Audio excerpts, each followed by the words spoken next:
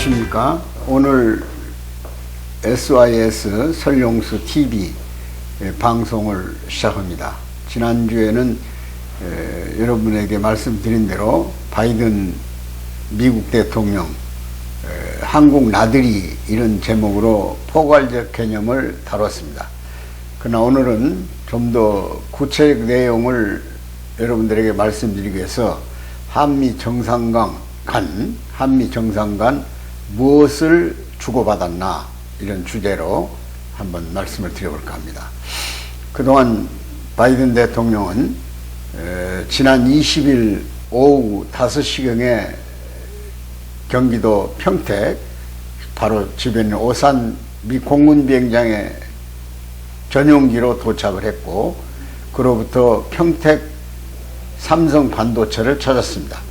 그리고 그 자리에서 우리 윤석열 대통령과 같이 공동 기자회견을 통해서 미국이 한반도에 갖는 중요한 의미와 동시에 새로 정부가 출범한 지 열흘밖에 되지 않은 시점에서 우리 윤석열 대통령과의 관계를 정상화하고 그동안에 문재인 정부에서 한미 간에 엉클어졌던, 그리고 트럼프 정부부터 이어져 왔던 모든 정책들에 대한 재수정의 의미, 그리고 우크라이나 전쟁으로 인해서 자원들의 공급이 원활치 않아 가지고 물가의 상승에도 영향을 주고 세계적인 긴급 사태를 유발하는 모든 것에 대해서 안전망을 구축하겠다는 그런 내용의 광범위한 포괄적 정상 간의 대화를 나눴습니다. 그리고 공동 기자회견을 했던 기억을 합니다. 그리고 21일에는 양국 정상이 정상회담을, 바꿔 말하면 처음으로 대통령 집무실로 쓰여진 과거의 국방부 건물 용산 기지죠. 거기에서 1시 반부터 시작해가지고 5시 반까지 소위 확대회의, 그리고 중간 중요 요직에 있는 사람들과의 회의, 그리고 두 정상만이 만난 회의, 이렇게 연 3차례 회의를 하고 공동성명을 발표하고 저녁에 우리 박물관에서, 국립박물관에서 만찬까지 하는, 그리고 한국의 전통 여러 가지 그 문화 작품들을 관람하는 그런 예술품들을 보는 그런 환경을 연출하면서 두 정상은 바쁜 일정을 보냈습니다. 그런 일정을 우리 한국 국민들은 관심 있게 보면서 두 정상 간에 이루어지는 모든 언어, 행위, 제스처 이런 데까지도 세심한 관심을 가질 수밖에 없었습니다. 그 이유는 너무나 국제정세가 긴박하고, 또 북한의 소위 핵 미사일이 금년 들어서 14번이나 시험 발사를 했습니다. 그들은 시험 발사라고 합니다만은 자꾸 단위를 높여서 탄도미사일, 심지어는 SLBM 또는 화성 15형에서 17형까지 소위 대륙간 탄도미사일이죠. ICBM 또는 경우에 따라서는 단거리 미사일 또는 중거리 IRBM 이런 것들을 연속 발사를 했고, 심지어 7차 핵실험의 징후가 완벽하게 나타났다고 해서 이번 정상회담 기간 동안에 혹시 발사해서 위험을 초래하지 않겠냐 해가지고 미국은 항공모함을 2척이나 한반도 연안에 배치하는 등 만반의 준비를 갖추고 북한의 동향을 예의주시한 사태도 있었습니다. 그러나 다행히 그런 큰 사건은 나타나지 않았습니다만 북한은 또 현철이라고는 인민군 원수 자리를 갖고 있는 사람이 사망을 해서 김정은이 직접 운구를 운반하는 등 그런 상황에 직면했고, 또 코로나가 갑자기 남발해 가지고 엄청난 수의 30만에 가까운 확진자가 나오는가 하면 하루에 사망자가 몇십 명씩 죽어가는 그런 사태가 연발됐습니다. 그래서 예의주시한 상황에서 이 한반도에 이루어지는 미국의 새로운 대통령과 한국의 새 대통령 간에는 과연 어떤 문제들이 거론될까?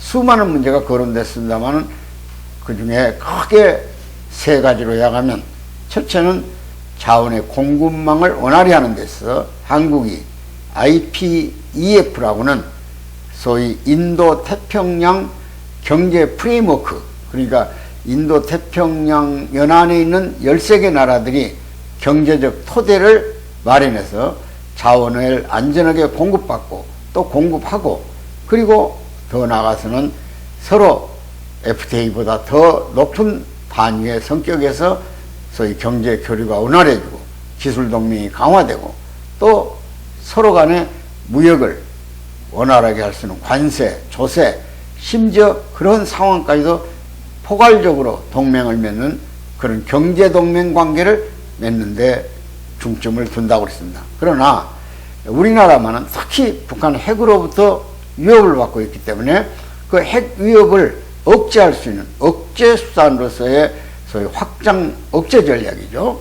북한의 핵 위협에 대한 억제를, 핵에는 핵으로 대응하는 그 자세가 과거 정부에서는 애매모호하게 처리됐던 내용을 이번은 확실하게 북한이 핵 공격에는 미국이 갖고 있는 핵 자산을 미국 본토에 얻어맞는 것과 똑같은 그런 전쟁 상황에서 한국을 돕는다는 동맹의 관계를 굳건하게 약속했습니다.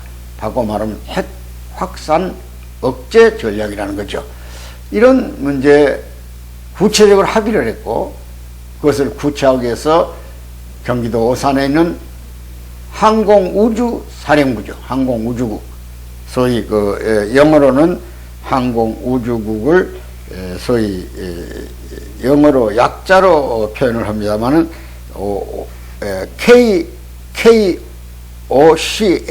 KACO 이런 KAOC 이런 한국 항공작전본부, 항공사령부 지하의 벙커에서 북한의 핵 동향을 주시하고 그 주시된 즉각 대응 전략을 명령하고 또 주의 통제하는 통제사령부를 양국 정상이 직접 가서 보고 거기 근무하는 사람들을 격려하는 이런 상황으로 마무리를 지었습니다. 그리고 공동 성명을 발표하고 기자회견을 했습니다.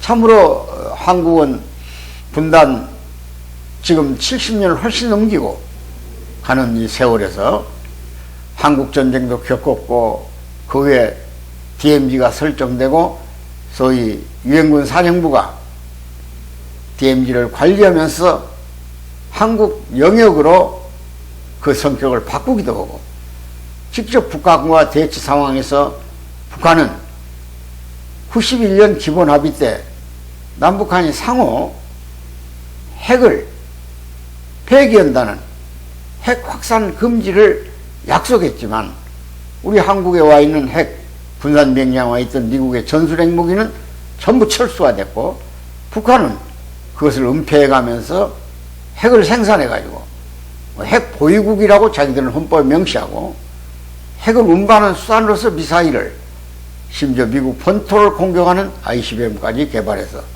그 시험 발사를 통해서 전 세계 앞에 미사일을 과시한 바 여러 번 있습니다. 이런 상황에서 우리 한국 국민들은 도대체 한국은 어떻게 저 안보를 지키려고 하는 것인가, 이런 담담한 마음으로 항상 늘 위축된 마음으로 트라우마를 갖고 바꿔 말하면 키를 피지 못하는 이런 안보의 불감증 속에서 살아왔고 불안 속에서 살아왔습니다. 군인 숫자는 날로 줄어들고 근무 연한은 줄어들고 또 여러 가지 무기 체계도 정확하게 밝히지 않았는데 이번에 드디어 미국 바이든이 와서 북한 핵에 대한 위협을 완전히 제어할 수 있는 또는 방어할 수 있는 소위 KAMD라고는 MD 시스템에 대한 확고한 상황을 약속해 주었다는 겁니다. 그리고 우리가 지금 북한을 견제하는 요격 시스템으로서 패트레이트가 있고 사드가 있습니다. 근데 사드를 지금 상주에 6기를 2포대죠.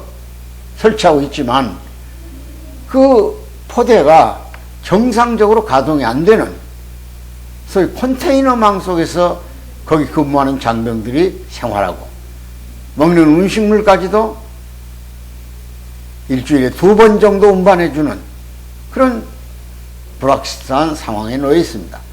환경평가라는 이름으로 지난 정부는 완전한 사드 배치를 허락하지 않았던 겁니다.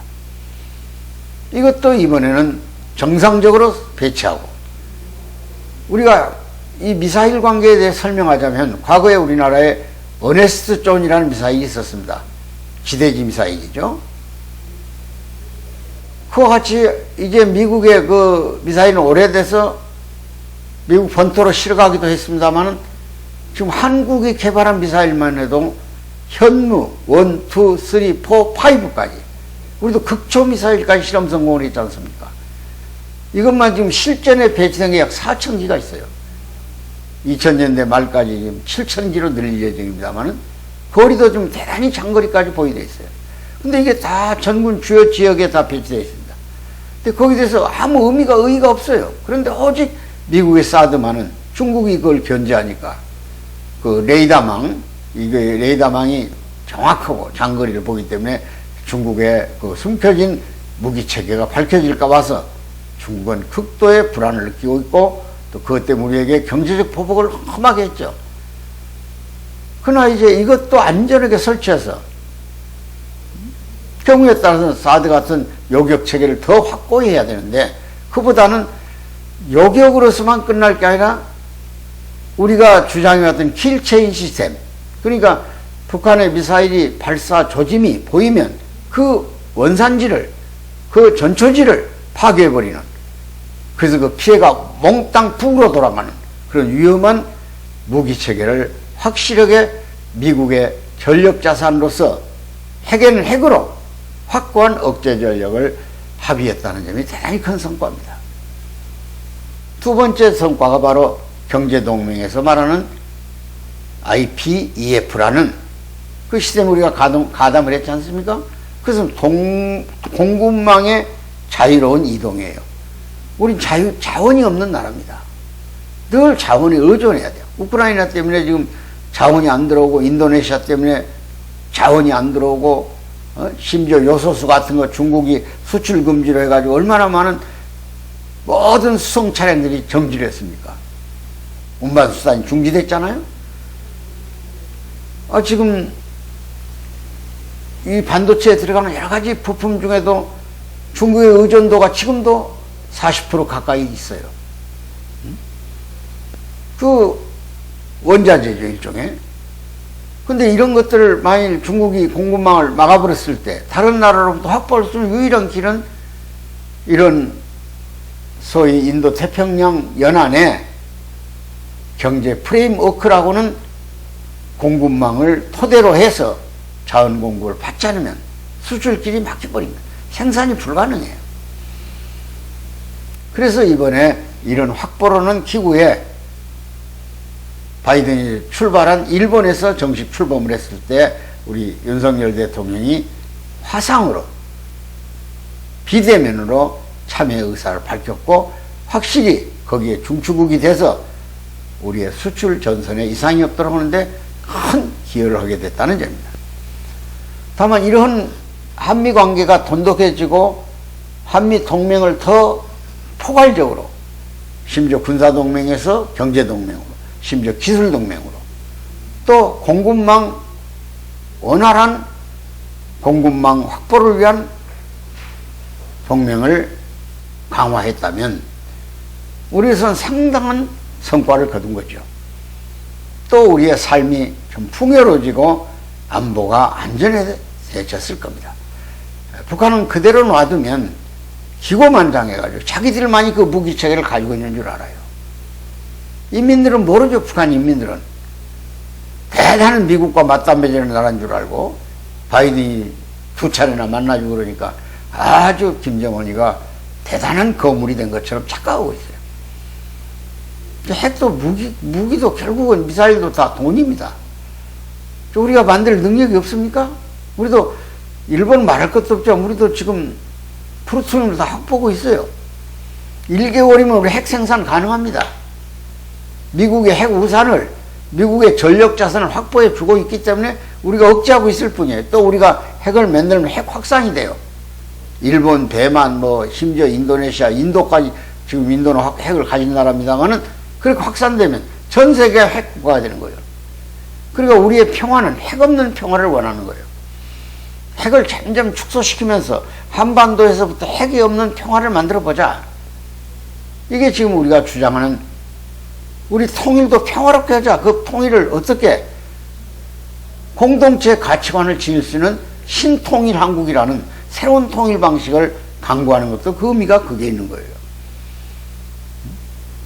그러려면 거기에 대한 통일할 수 있는 것은 전쟁을 억제하는 수단이 강화될 때 가능해요. 전쟁이란 불안한 요인을 갖고 있는 평화는 위선입니다. 위장이에요. 어떤 것도 의미가, 협정도 의미가 없어요. 확고한 전쟁 억제를 갖고 경우에 따라서는 그들보다 더 강한 타격 수단을 갖고 있을 때, 군사무기는 전쟁을 하기 위해서 만드는 건 아닙니다. 전쟁을 억제하기 위해서 만드는 거 아닙니까? 그러니까 억제하는 수단이 행동을 하는 수단보다 강화될 때 평화를 유지할 수 있다, 그런 얘기입니다. 그래서 이번에 미국이라는 핵 보유국을 동맹을 통해서 애매모호하게 구상됐던 한미 관계를 정확한 핵으로, 우리 킬체이는 미국의 전력자산 즉각 동원된다. 북한이 핵을 발사했을 때 우리가 피해 입는 피해는 미국 본토가 없는 피해와 동일한 조건으로 대응한다. 이런 확실한 동맹관계를 붙이고, 또 지금은 경제전쟁 시대입니다. 경제가 안보와 맞물려 있어요. 우크라이나 전쟁 때문에 자원이 공급 안 되고 쌀값, 밀가루값이 올라가가지고 경제가 지금 엉망이지 않습니까? 그러니까 전쟁은 곧 경제예요. 그러니까 경제 공급의 안전망을 구축해 놓지 않고는 우리가 수출만 해먹고 있는 나라인데 해갈 길이 없어요. 이걸 이번에 그래도 확보했다는 정말 큰 성과고, 우리가 신의 은총을 받은 그런 나라로 자리매김하게 됐지 않냐, 이렇게 생각할 수 있는 겁니다. 다만 하나는 중국이라는 나라를 의식하지 않을 수 없어요. 중국 중 왕위는 즉각 바이든이 이 일본과 한국과 일본을 방문하고 방문 일정이 마치기 바쁘게 미국의 장난에 놀아나지 마라. 우리를 포위하려고 하는 전략인 줄 안다. 하나는 안보 포위로서 코드가 있고, 또는 경제 포위로서 IPEF가 있다. 이렇게 선언하면서 거기에 놀아난 나라들을 유의를, 나라 이름을 거명하지는 않았습니다만 뭐 13개 나라니까 자기 연안 국가들을 아주 위협을 주는 거죠. 그리고 자기도 브릭스를 재가동해서 더 포위망을 넓히고, 심지어 중남미 일대에게 자원외교, 그러니까 심지어 뭐 의료품 복지 혜택을 준다든지 경제 지원한다든지 그들의 도로망을 닦아준다든지, 우크라이나, 아르헨티나 같은 나라까지도 지금 포괄 엘살바도르 같은 나라, 그리고 저쪽에 기시바시 같은 남태평양의 솔로몬 제도, 이런 데까지 안보 관계를 뻗쳐가지고 마치 미국을 자기도 포위하는 전략을 더 넓게 펼치겠다고는 이런 왕위의 엄포를 우리는 듣고 있습니다. 우린 미국과는 군사관계의 동맹이라면 중국과는 사실은 경제동맹과 같은 소위 전략국가입니다. 중국과 우리 경제는 약 30%의 의존도가 있어요. 어떤 경우는 40%까지 가요. 그러니까 함부로 해서는 안 되는 나라인 건 틀림없어요. 그러나 중국도 우리에게 의존이 있는 겁니다. 중간재라든지 기술 제품 말할 것도 없고. 그러니까 상호 적절하게 보완하면서 침략의 의도가 없고, 우리를 침탈할 의도가 없고, 경제적으로 서로 상호 의존할 수 있고 보완이 필요하다면 반드시 그것을 같이 해 가야겠죠. 그러니까 과거 정말 그 사드 배치 때문에 우리 경제를 엉망으로 만들고 한류를 가로막고 문화교류를 차단해가지고 자기 젊은이들의 꿈을 다 상실케 하고 얼마나 미래가 어두운 나라로 변해버렸습니까? 그러니까 시진핑 같은 독재가 중국에서 발돋움을 치는 거예요. 중국의 미래를 볼 때는 우리 한국과 관계를 끊으면 어둡습니다. 이제는 한국을 통해서만 중국도 새로운 문명을 받아들일 수가 있어요. 절대 우리가 중국에 위축될 수 없습니다. 당당해야 됩니다. 주권국가로서 위치를 확보해야 됩니다. 그래서 이번 윤석열과 바이든 대통령의 두 대통령의 정상회담은 우리 얻은 것도 있고 또 미국을 향해서 주는 것도 있습니다. 그러나 그것이 상호 보완의 관계입니다. 그것이 가치 동맹의 관계입니다. 그래서 우리 미래 한국의 젊은이들이 꿈을 펼치고 할 수 있는 길이 크게 열렸고, 우리 한국이 여야를 통틀어서 소위 갈등 구조를 줄이고 또 진영 대결을 축소시키고 좌우의 이념을 중도의 이념으로 바꿔서 화이부동이라고 하는 서로 다른 것이지 틀린 것이 아니라는 폭넓은 마음을 가지고 지역감정, 연고주의 이런 거 전부 다 극소화시켜가지고 나라다운 나라를 만들어가는데 온 국민이 힘을 합쳐주기를 간절히 바라면서 오늘 방송을 마무리 짓습니다. 시청해주신 여러분 늘 감사하고 또 제 방송을 여러 군데 전파하시는 분이 계시다는 걸 알고 저는 힘 있는 한 방송을 통해서 제가 조그마한 지식, 조그마한 신념 또 제가 펼치고자 하는 의지를 여러분들에게 보여드리겠습니다. 대단히 감사합니다.